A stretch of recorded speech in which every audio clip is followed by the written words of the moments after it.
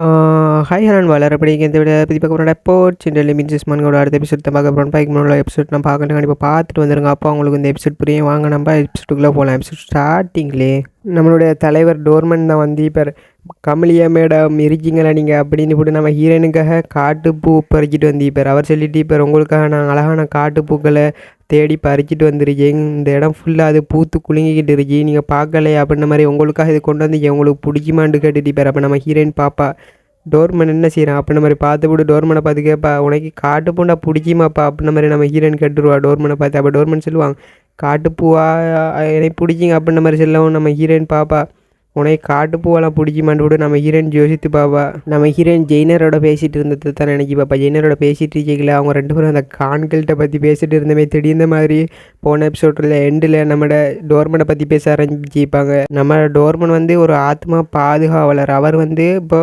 அவரை தொழிலில் இல்லை இப்போ நம்ம ஹீரோயினெல்லாம் ஆத்மாவை பார்க்க முடியும் அதெல்லாம் அவர் இப்போ ஒரு ஹியூமனாக மாறிட்டாருன்னு நம்மளோட ஜெயினர் சொல்லியிருப்பாங்க அவர் திடீர்ன மாதிரி செத்தாருன்னா நீ என்ன செய்வா அடுத்த நீ தான் பாதுகாவலர் அப்படின்ற மாதிரி நம்மளோட ஜெயினர் சொல்லிட்டு இருப்பா நம்ம ஹீரோயினை பார்த்து அப்போ நம்ம ஹீரோயின் அவர் சாக மாட்டார் அவர் ரொம்ப நல்லவர் அப்படின்ற மாதிரி நான் சொல்லிட்டு இருப்பா அவன் சொல்லுவான் அப்படி ஒரு வழியை அவர் செத்துட்டாருண்டா என்ன பண்ணுவா அவர் செத்தது பிறகு என்ன நடக்குன்னு நீ நினைக்கி பார்த்தியா அப்படின்ற மாதிரி நம்ம ஜெயினர் சிரிக்கிட்டே கேட்பா நம்ம ஹீரோயின் அப்போ நம்ம ஹீரோயின் சொல்லுவா இல்லை அவர் அப்படியே நான் ஆக மாட்டார் அப்படின்ற மாதிரி சொல்லிக்கல அவன் ஜெயினர் சிரிக்கிப்பான் அதை பற்றி நம்ம ஹீரோயின் ஜோசித்து பார்த்துட்டு ஏய் டோர்மன் நீங்கள் செத்துட்டீங்கன்னா அந்த பூவாலோட கிரேவியாரை நான் அலங்கரிப்பேங்க அப்படின்ற மாதிரி நம்ம ஹீரோயின் சொல்லிட்டு இப்போ அழகாக அலங்கரிச்சு விட்றேன் அப்படின்ற மாதிரி சொல்லிக்கலாம் பார்த்துட்டு இப்போ டோர்மன் கட் பண்ணாங்க அவங்க சாப்பிட்டுட்டு இருப்பாங்க அப்போ நம்ம ஹீரோயின் பார்த்துட்டு இருப்பா ஏன்னா நம்மளோட டைவ் சொல்லியிருப்பா நாம் வந்து அகாடமியில் சேரப்பறேன் அப்போ நம்ம ஹீரோயின் பாப்பா இது நான் அக்செப்ட் பண்ணது அப்படின்ற மாதிரி நம்ம ஹீரோயின் பார்த்துட்டு இருப்பா ஏன்னா நம்மளோட டியூக்கட் டிப்பர் ராயல் அகாடமியா நீ மீன் பண்ணி சொல்கிறா எனக்கு புரியலை ஏன் நீ அங்கே பற்றி சேரப்பறன்றதுக்கு இங்கே அழகான படிப்புரிச்சி வீட்லேயே உனக்கு எல்லாம் சொல்லி தரதுக்கு எல்லா வகையான ஏற்பாடையும் நான் செஞ்சுருக்கேன் அப்போ ஏண்டு கேட்க அவன் சொல்லிட்டு இருப்பாங்க அது ஏண்டா அப்படின்ட்டு அவன் தயங்கிட்டு இருந்து நான் ஃப்ரெண்ட்ஸை சேர்க்கணும் அப்படின்ற மாதிரி சொல்லி விட்டுருவான் அவன் பார்ப்பாங்க ரெண்டு பேரும் இந்த ஆன்சர் அவங்க ரெண்டு பேருக்கு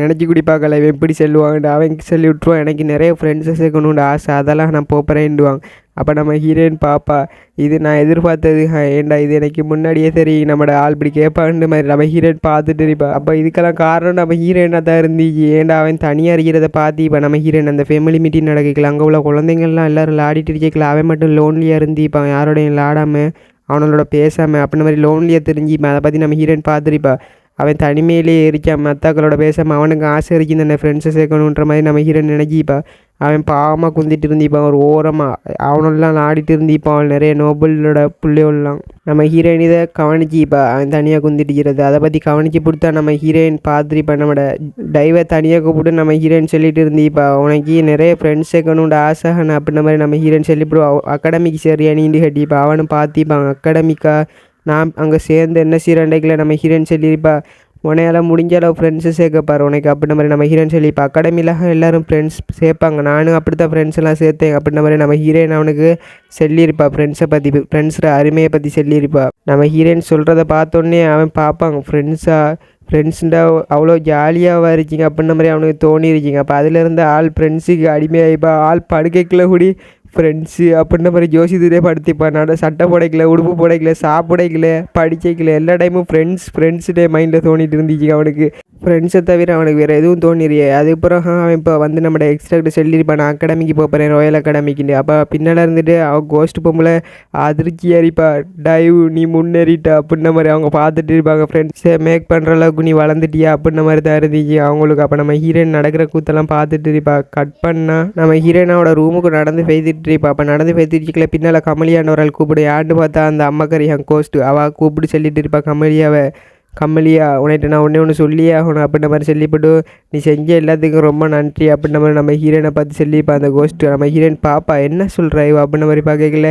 நீ டைவுக்கு கொடுத்த ஐடியாவில் டைவ் இப்போ ஃப்ரெண்ட்ஸ் மேக் பண்ணுறதுக்காக அகாடமிக்கு சேரலான்னு இருக்கான் அவன் ரொம்ப சந்தோஷமாக இருக்கான் ஃப்ரெண்ட்ஸ் மேக் பண்ணுறதுல அதெல்லாம் இதுக்கெல்லாம் காரணம் நீ தான் உனக்கு ரொம்ப நன்றி சொல்லணும் நான் எப்படி சொல்கிறேன் அப்படின்ற மாதிரி பார்த்துட்டியா நம்ம ஹீரோயின் பாப்பா எனக்கு தேங்க்ஸும் தேவையில்ல ஒன்றும் தேவையில்ல அப்படின்ற மாதிரி நம்ம ஹீரோயின் வாழவே வேணாம் அப்படின்ற மாதிரி சொல்லி விட்ருவா அப்போ அவள் சொல்லுவா நான் உனக்கு ஏதாவது சந்தேகம்னுடைக்கல நம்ம ஹீரோயின் வேணாம் அப்படின்ற மாதிரி சொல்லி விட்ருவா அப்போ கோஸ்ட் அடிக்கிட்டு இருப்பா, நான் எவ்வளோ சந்தோஷமாக இருக்கேன்டா, என்னால் இதை வாயை திறந்து சொல்லவே முடியாது, அவ்வளோ சந்தோஷமாக இருக்கேன். நான் உனக்கு ஏதாச்சும் தந்தே ஆகணும், எங்களோட பரம்பரையாக நாங்கள் ஒரு சொத்தை பாதுகாத்துட்டு இருக்கோம், அதோட தரையா அப்படின்ற மாதிரி சொல்லி விட்டுருவா.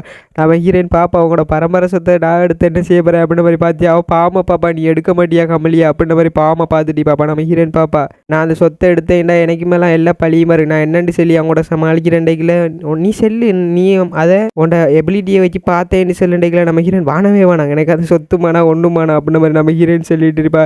என்னை ஆளை விட்டா போதுவிட்டு நம்ம ஹீரோயின் சொல்லியிருப்பா. ஆனால் அவ்வளோ சொத்து இருக்கீங்க அவங்க. உண்மையை சொல்லப்போனால் அந்த கோஸ்டில் அடிக்கிட்ட நிறைய சொத்து இருந்துச்சிங்க. அவள் அவ்வளோ சொத்தையும் வச்சு திறந்து வைத்திருப்பா. அவள் அந்த சொத்தெல்லாம் நம்ம கமலியோட பேருக்கு மாத்திரேன்றா, அவளோட எபிலிட்டியை வச்சு தாங்க இந்த சொத்தெல்லாம் நான் பார்த்தேன்னு நம்ம ஹீரோனை சொல்லி எக்ஸ்ட்ரா கிட்ட இருந்து அதை சொத்தை மாற்றிக்கல் மாதிரி அந்த கோஸ்ட் சமாளிக்கிட்டு இருப்பா நம்ம ஹீரோனை.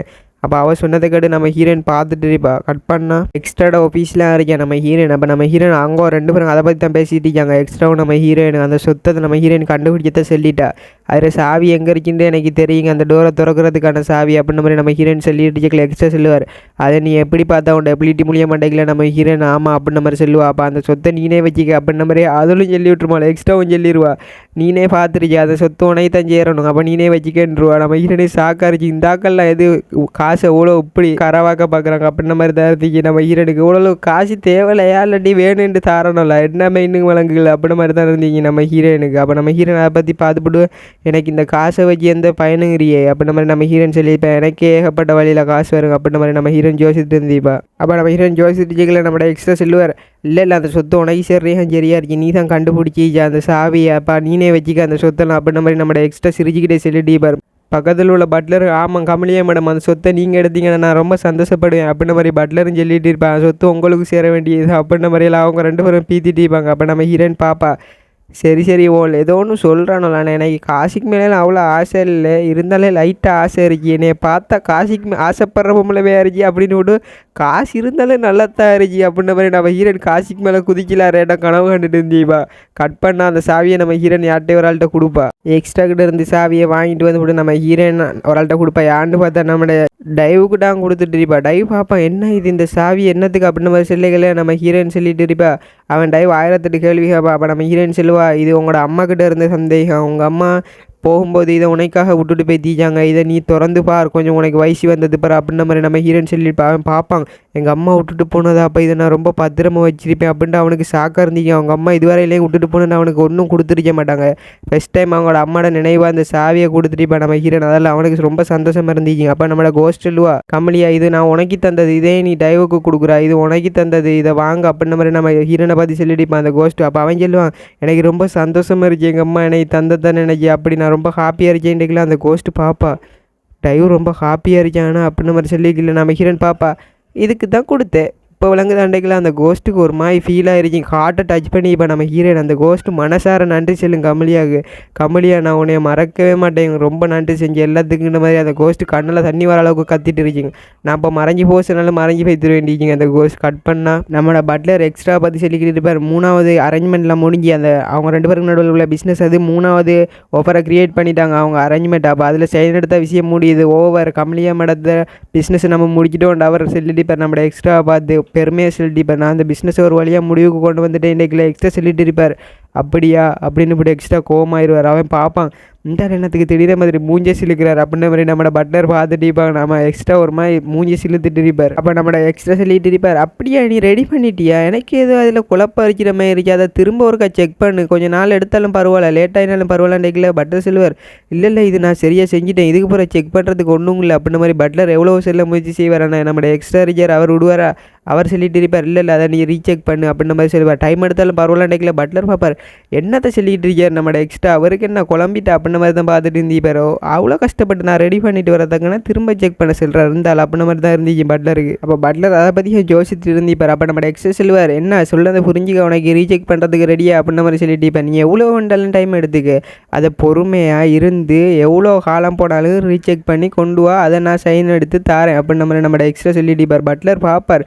நீங்கள் என்ன சொல்லிக்கிட்டு இருக்கீங்க, இதை பாருங்கள் எவ்வளோ பர்ஃபெக்டாக ரெடி பண்ணிக்க, இந்த ஓர்டரை நான் எவ்வளோ கஷ்டப்பட்டு ரெடி பண்ணிக்க, ரீசெக் பண்ண சொல்கிறீங்களா நீங்கள் அப்படின்ற மாதிரி அவன் பார்த்துட்டு இப்போ என்ன உழைப்பு எவ்வளவோ போட்டுருச்சு, என்னையவே இதை திரும்ப ரீசெக் பண்ண சொல்கிறீங்களா அப்படின்ற மாதிரி தான் இருந்துச்சு நம்மளோட பட்லருக்கு. அதை பற்றி என்ன மாதிரி எக்ஸ்ட்ரா கிட்ட கத்திட்டு பட்லர்.